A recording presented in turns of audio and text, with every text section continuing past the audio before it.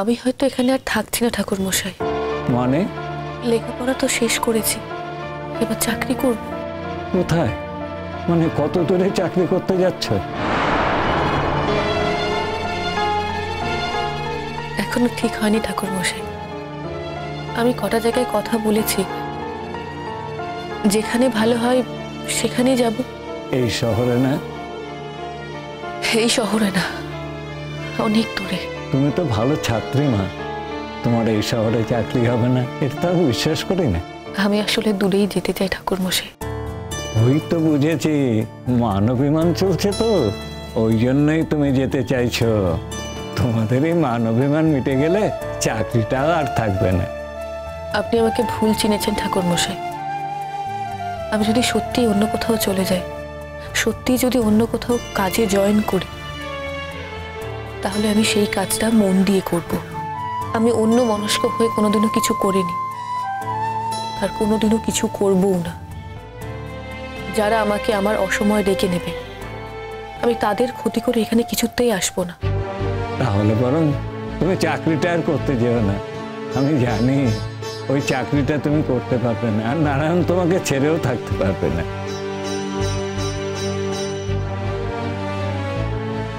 দিব্যি তো আছে, থাকতে পারবে না কে বললো আপনাকে? ও চাইলে সব পারে। ওই পাড়াকে কি আর পাড়া বলে? ভেতরে ভেতরে দেখো দুঃখে কষ্টে শেষ হয়ে যাচ্ছে ছেলেটা। তুমি তো ওকে চেনো, ওর বুক ফটে, তুমি মুখ ফোটে না। একটা কাজ করো, ভাব ভালোবাসা করে মিটিয়ে নিও, নারায়ণকে আর কষ্ট দিও না। আমি শুধু আপনার নারায়ণকে কষ্ট দিই? আপনার নারায়ণ এই লক্ষ্মীকে কষ্ট দেয় না? আপনি সব সময় আপনার নারায়ণের পক্ষপাত, আর লক্ষ্মীকে আপনি সব সময় দূরে দূরে রাখেন। আমি বুঝতে পেরেছি। ঠিক আছে, আমি তাহলে আজ আসি। ওই দেখো আমার উপর রাগ করতে আছে নাকি? রাগ করে না মা, আমি তোমাদের কত ভালোবাসি। তোমরা হলে একে অপরের পরিপূরক। এই পৃথিবীতে লক্ষ্মীনারায়ণ জোড়াই থাকবে, তবে না পৃথিবীর সমস্ত মঙ্গল সাধন হবে। লক্ষ্মীনারায়ণের জোর ছেড়ে গেলে শুধু তাদেরই ক্ষতি নয়, এই পৃথিবীরও ক্ষতি গো মা। এ আমার গভীর বিশ্বাস মা। তোমরা কিছু করতে এসেছো এই পৃথিবীতে, তোমরা একসাথে থাকতে এসেছো, একে অপরের পাশে দাঁড়াতে এসেছো মা। তোমরা কখনো একজন আরেকজনকে ছেড়ে চলে যেও না মা। দেখো আমার বয়স হয়েছে, কবে আছি কবে নেই, এই কথাটা চিরদিন মনে রেখো মা। আজ আমি আসি ঠাকুর মশাই। তোমাকে বড় শুকনো লাগছে মা, উপোস করে আছো, কিছু তো খাওনি।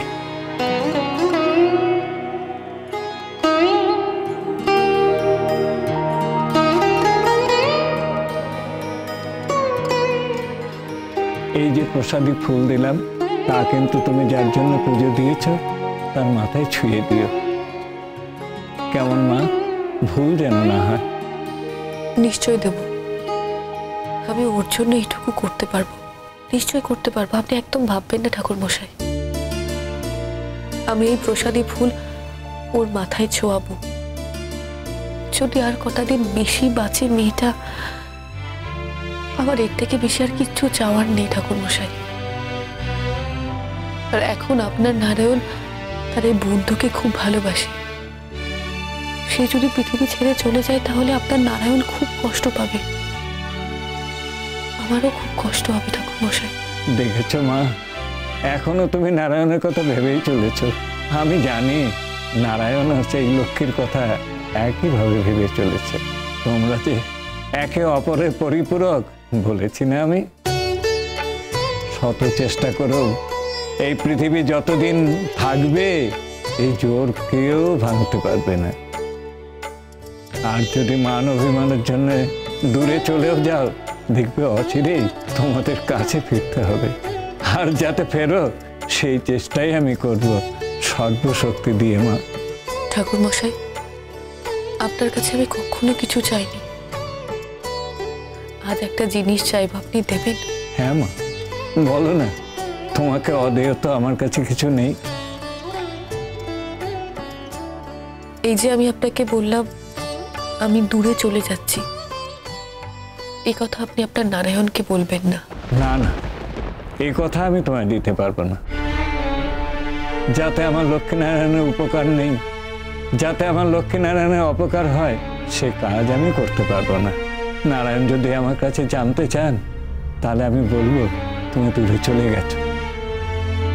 তুমি তো আমাকে বলছো না যে তুমি কোন জায়গায় যাচ্ছ, আর আমি এটাও জানি আমি জিজ্ঞেস করলে তুমি বলবে না যে তুমি কোথায় যাচ্ছ। এত বড় পৃথিবীতে নারায়ণকে তুমি একটা কঠিন কাজ দিলে, তোমাকে খুঁজে বার করার।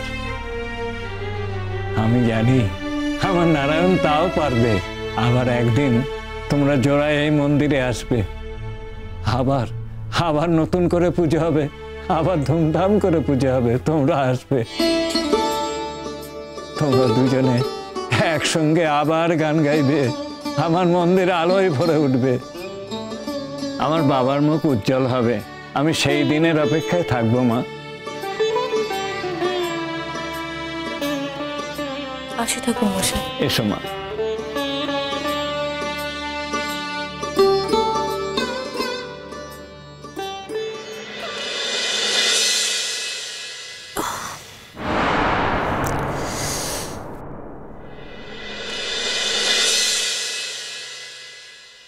আসবো?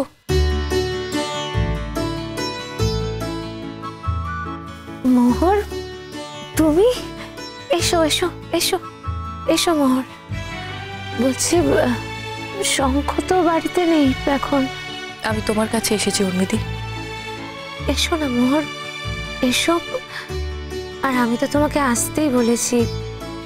দেখো না, শঙ্খ তো কলেজে বেরিয়েছে।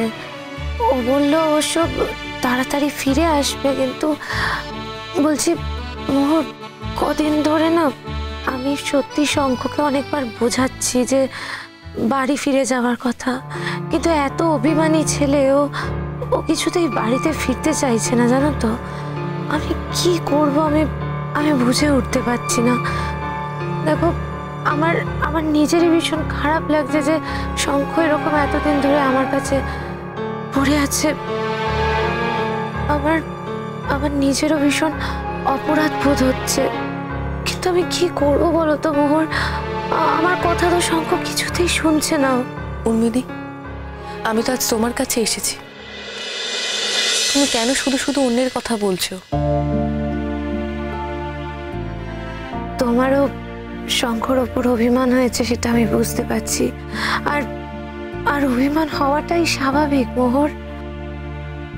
দেখো, মাঝে মাঝে শঙ্খ এমন এক একটা কাজ করে বসে না, কি বলবো বলো তো। তুমি তোকে জানো মোহর, তুমি তোর বউ। উর্মিদি, তুমি ওকে সব থেকে বেশি ভালো জানো, তুমি ওকে এত বছর ধরে চেনো। তাছাড়া এক একজন মানুষের এক এক রকম স্বভাব। ও একজন আলাদা মানুষ, আমি একজন আলাদা মানুষ। অনেকে চট করে নিজের স্বভাব থেকে বেরোতে পারে না, হয়তো ও পারছে না। এটা নিয়ে এত কথা বলার তো কিছু নেই। আমি তোমার জন্য পুজো দিতে গিয়েছিলাম, সেই ফুলটা তোমার মাথায় ছোঁয়াবো বলে আমি এসেছি। মোহর, মোহর, তুমি আমার জন্য পুজো দিতে গেছিলে? কেন, আমি তোমার জন্য পুজো দিতে পারি না? উর্মিদি, তুমি আমাকে যতটা খারাপ মানুষ ভেবেছিলে, ততটা খারাপ কিন্তু আমি নই। তুমি তখন হয়তো বুঝতে পারোনি, কিন্তু পরে বুঝতে পারছো যে তোমার বন্ধু আমাকে যতটা খারাপ মানুষ ভাবে, ততটাও আমি খারাপ নই। যাকে একটা ছোট কাজ করে সেটা নিয়ে এত বলা আমার রুচির বিরুদ্ধে।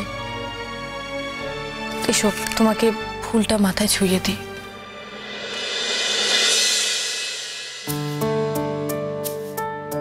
নাও, তুমি প্রসাদটা খেয়ে নাও।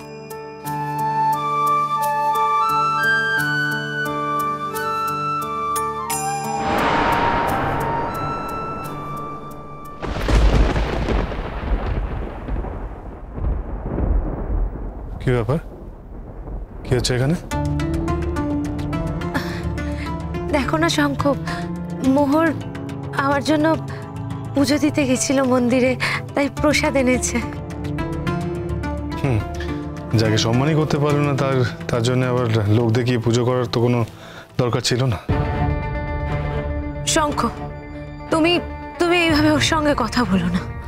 দেখো, তুমি তুমি ওর সম্পর্কে যা যা বলবে সেটা একান্ত তোমাদের দুজনের ব্যাপার। আমি তোমাদের মাঝখানে একজন তৃতীয় ব্যক্তি। শঙ্খ, এইভাবে তুমি আমার সামনে ওকে এরকম কথা শোনাতে পারো না। আমার নিজেরই খুব খারাপ লাগছে। দেখো, যা সত্যি তাই বলছি, তোমাকে তো কম অপমান করেনি। দেখো, ও যেমন আমার কাছে ইম্পর্টেন্ট, সেরকম তুমিও আমার কাছে ইকুয়ালি ইম্পর্টেন্ট। আমার কাছের মানুষদের জন্য আমি অনেক দূর যেতে পারি, সেটা কিন্তু খুব ভালো মতো জানি।